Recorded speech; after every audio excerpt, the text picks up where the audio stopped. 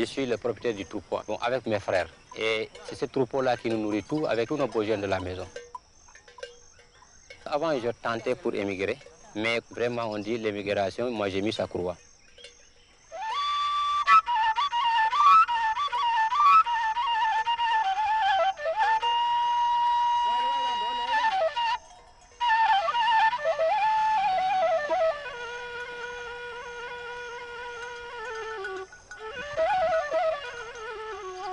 Le matin, dès que je viens encore, il faut, bon, je regarde si les animaux, ils sont en bon état, tout, ils sont tous. Là, il n'y a pas un animal qui a détaché.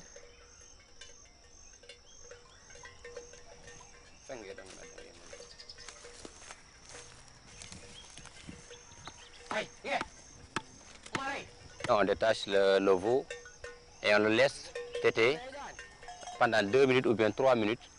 Et après, on tire le veau et on vient en traire. Et dès qu'on traire, qu'on termine, il faut qu'on laisse encore le veau téter encore. Pendant 2 minutes encore et tu viens pour la deuxième fois. C'est comme ça qu'on fait la traite chez nous. Bon, vraiment, je ne faisais pas beaucoup de choses parce qu'il n'y avait pas de l'insémination, il n'y avait pas de stabilisation. Et il n'y en avait que 3 veaux par année. Mais depuis la création de l'APSF, vraiment, on a suffisamment d'alimentation pour les vaches. On a des aliments pour avoir beaucoup de lait.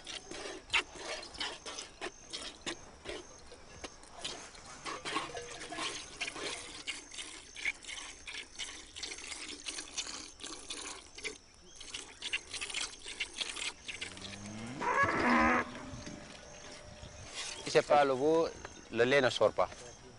C'est différent des autres vaches.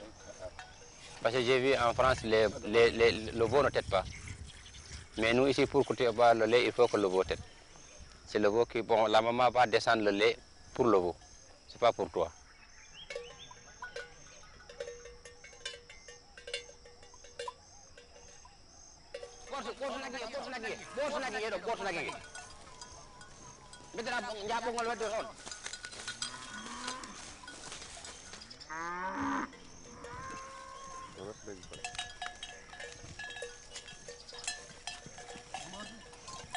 Avant, on a que 3 litres. Les 3 litres, c'est pour la consommation de la famille. Mais depuis que l'appui d'AVSF, on a eu 3, depuis qu'on a commencé, on a eu 10, 15, jusqu'à 20. Actuellement, on a 40-50 litres par jour. Et vraiment, c'est bon. La famille consomme les 5 litres et le reste, on amène ça pour la laiterie pour vendre.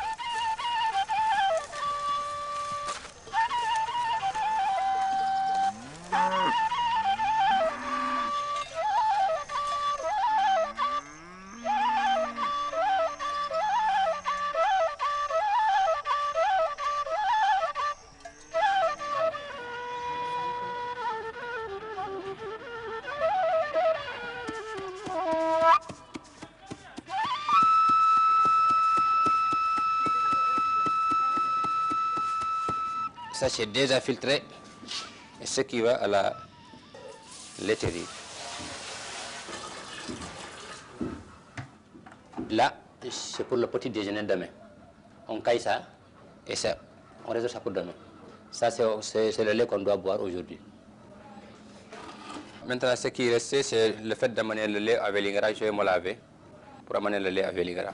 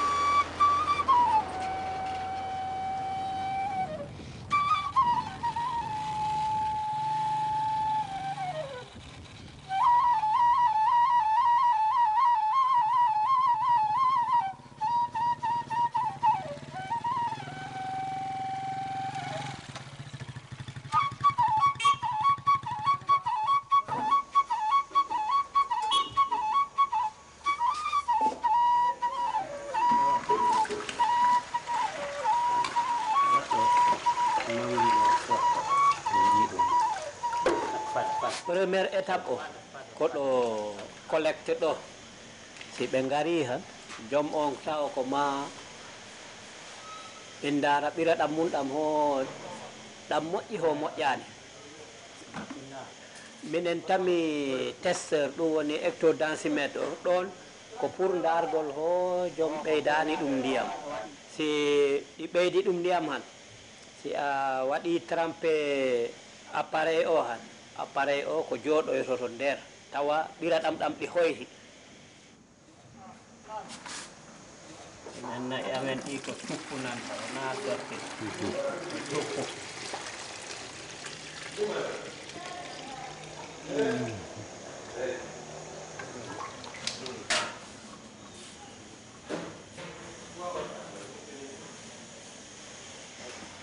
si ɗon ɓeɗima han on suma ko pasteurisation o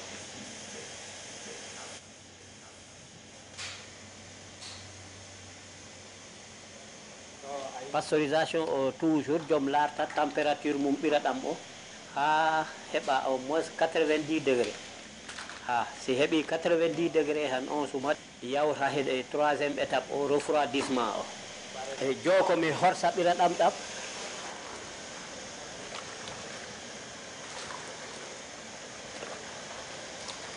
bon ɓuftingol ngol ɗi lamdi ha 40 degré si a ɓuftini ha 40 degré aɗa wawi wadde fermenté kono noon kala no foti ɓurde ɓuuɓde fermentation ma o ɓurta moƴƴirde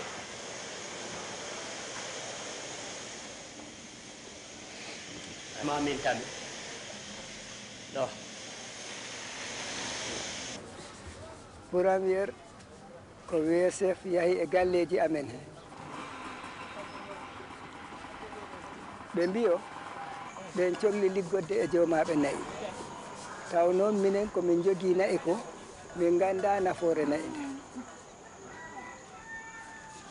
ɓe mbi joni e cohli liggodde e joomaɓe nayi cohluɓe liggade saabu nagge ko jawdi joni noon ɓe cuuɓi cae jeeɗiɗi e tabulji jeeɗiɗi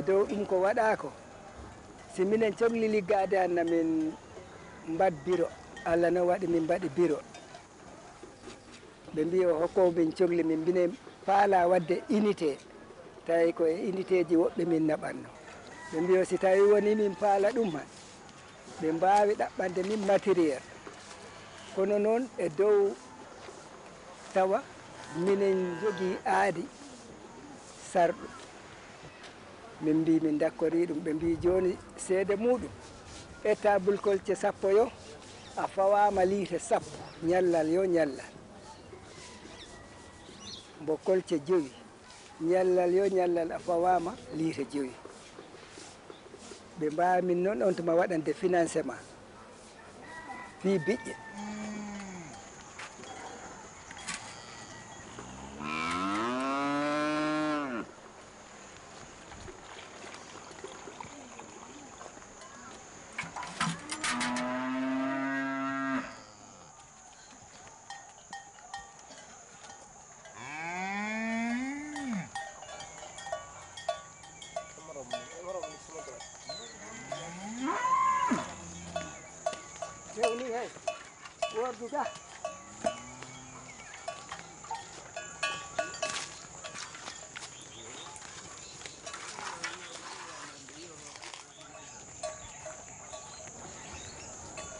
aw ko ni min mbaɗiri ɓe mbi noon e dow ɗi étable ji jeɗɗina min gudi laawol min ɓura yaajje sabu yimɓe jeɗɗo ala ko mbawta liggade mi sikki on ngariɗo on jii ko wonɗo e neɗɗo ko fuɗɗorno ko yimɓe jeeɗiɗo ca e jeɗɗi kono on jii o wattu ko ari ɗo ko ɗum woni min guditi laawol ngo min gañanani noon gaynako yo gaynako kala gaynako ganduɗo nagge ko nafata minen cohli ɗum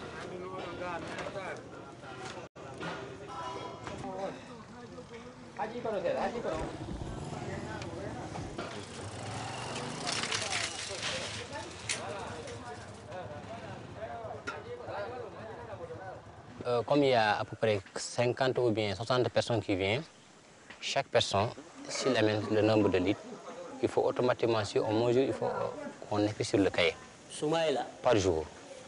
Et pendant la fin du mois, on fait le bilan, le gars, il a amené combien de litres par jour. C'est combien de litres par jour là. S'il a pris quelque chose, ou bien de 5 000 francs, ou bien de 10 000 francs pour les ordonnances, ou bien s'il a besoin d'argent, après on va calculer le prix du litre multiplié par ce qu'il a amené par jour, c'est-à-dire le mois, le nombre de litres par mois. C'est ça son argent. Et s'il a des crédits ici, bon, on tire le crédit, on le rembourse le reste.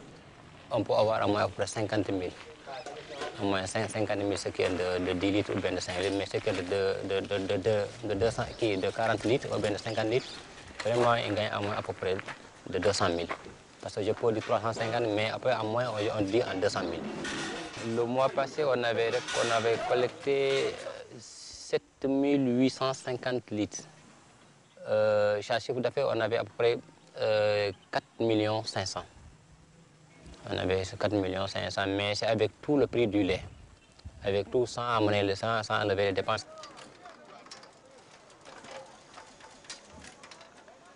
Si refroidissement au gasirat, on suma ko pendurundu.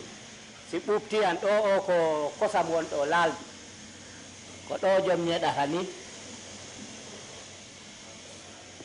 a yi tuppiga han irta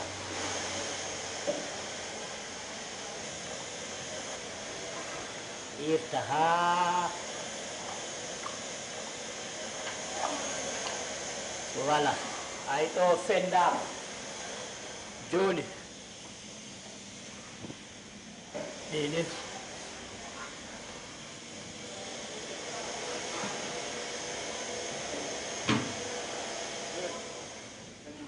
fendima min mbaɗi sukkar jo ko min girta pour ɓen keɓano min lowri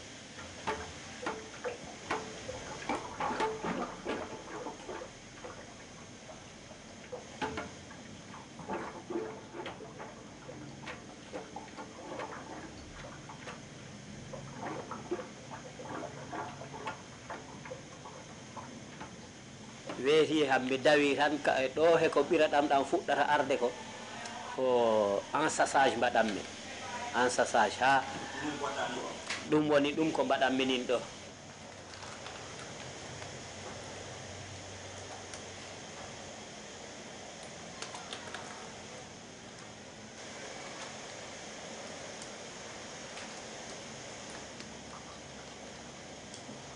matériel complet kam ari kono noon bon nafaani sabu na gollaani e gollaani wayi formation waɗaani installation min mbaɗi piiw kala ko ɓe lamdino minen kam min mbaɗi hay sachet ji piiw ɗin ɗo joyi 1 tonne de sachet ngannduɗaa heede presque 2 millions ɗum ko sachet ji min mbaɗi ɗinin ɗo mbaali presque 1 an jo si ɓuraani ɗin ɗo nafata gollani matériel o ɗinin bon waɗi surchargé espace o wona ɗin golla ɓe mbino formation waɗannin ɗum min keeɓi 2 à 3 rendez-vous wiye ɓe garannin formateur arannin iwi jeeri fa iwalo ha ɗo ala ko waɗi hay hunde yon kam minen keeɗi minen piya ɗo min piyanno ɗo kala ko heɓoyi ɗo ko hakkude ngel machine ngel e koɗo leygel machine ngel tan detaw ɗiɗa kam hay fut hay hunde ko ɗi mbaɗi hay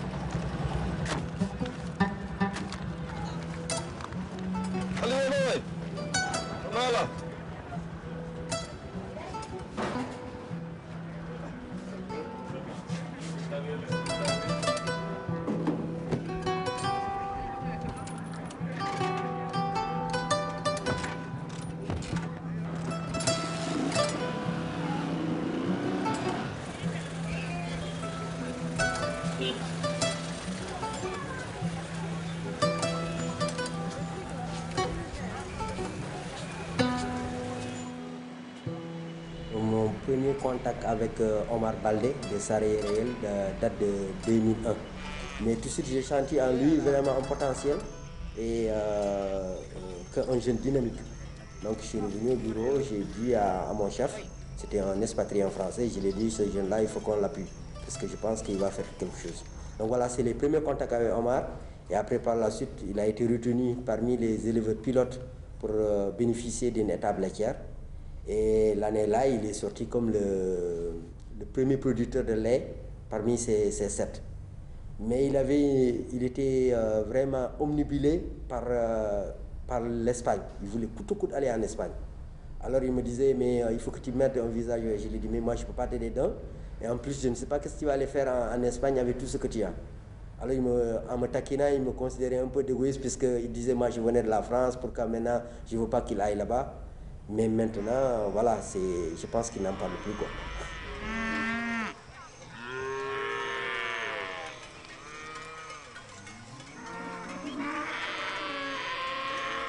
Je suis satisfait quand je vois Omar, quand je vais chez lui, je suis vraiment séduit. Lorsque j'allais chez lui, c'était des cases. Aujourd'hui, il a construit un gros bâtiment. Il a acheté une moto. Il voyage régulièrement en France, voilà, par ses propres moyens ou invité par des collègues français. Donc, en termes vraiment d'évolution, de la valorisation du métier d'éleveur, je suis vraiment très satisfait de lui.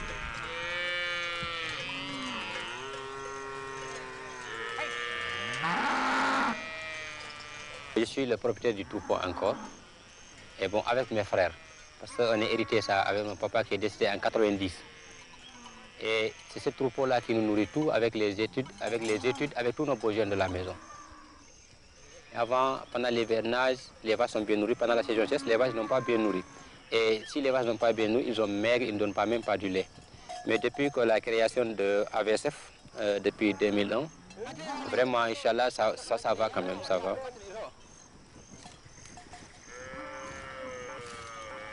Avant, je tentais pour émigrer parce que je n'ai pas vu quelque chose, qu'est-ce que je peux prendre.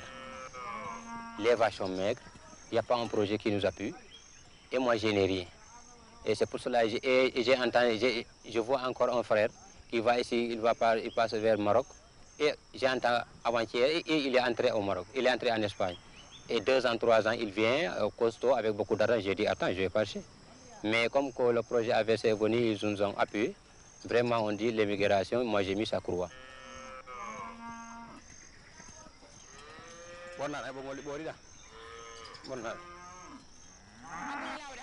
J'ai un frère qui est parti en France pour étudier. Et j'ai un frère qui étudie au Portugal actuellement. Et j'ai un de mes frères qui est en Espagne. Et même le gérant du Crédit Mutuel, j'envoie toujours de l'argent en France ou bien au Portugal. Il me dit, mais comment ça? Moi, c'est la première personne que je vois ça. L'argent quitte d'Afrique pour aller en Europe. J'ai dit, oui, parce que mes besoins, ils sont en Europe. Parce que j'ai des frères qui étudient là-bas. Et un élève qui étudie, vraiment, il n'a pas d'argent. Il faut qu'on l'envoie de l'argent.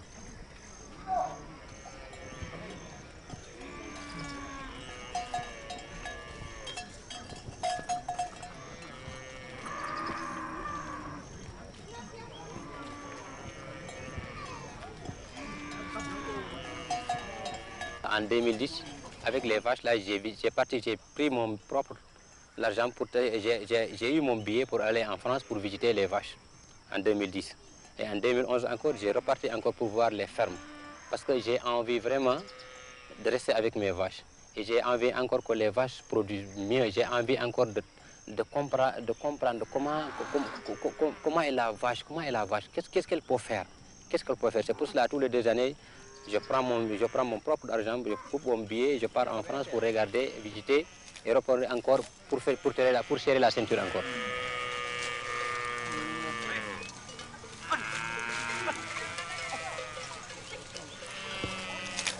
Ce que je conseille à toute la jeunesse encore sénégalaise, la jeunesse sénégalaise, qui est un peu, je ne pense pas le fait de récolte, j'en sais pas, ou bien des fermes, mais sur l'élevage. Sur l'élevage, les jeunes qui ont un peu de vaches, même si c'est 5-10 vaches, moi je les conseille de prendre les vaches en bon état et de les nourrir.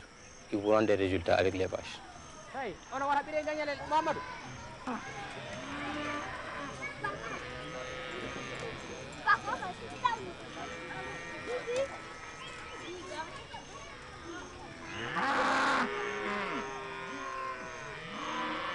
les gens qui regardent la télé, vraiment je les encourage de bien hériter avec leurs enfants pour se faire les parents sans penser à l'immigration. On peut vivre sans émigrer, on peut vivre de notre milieu même.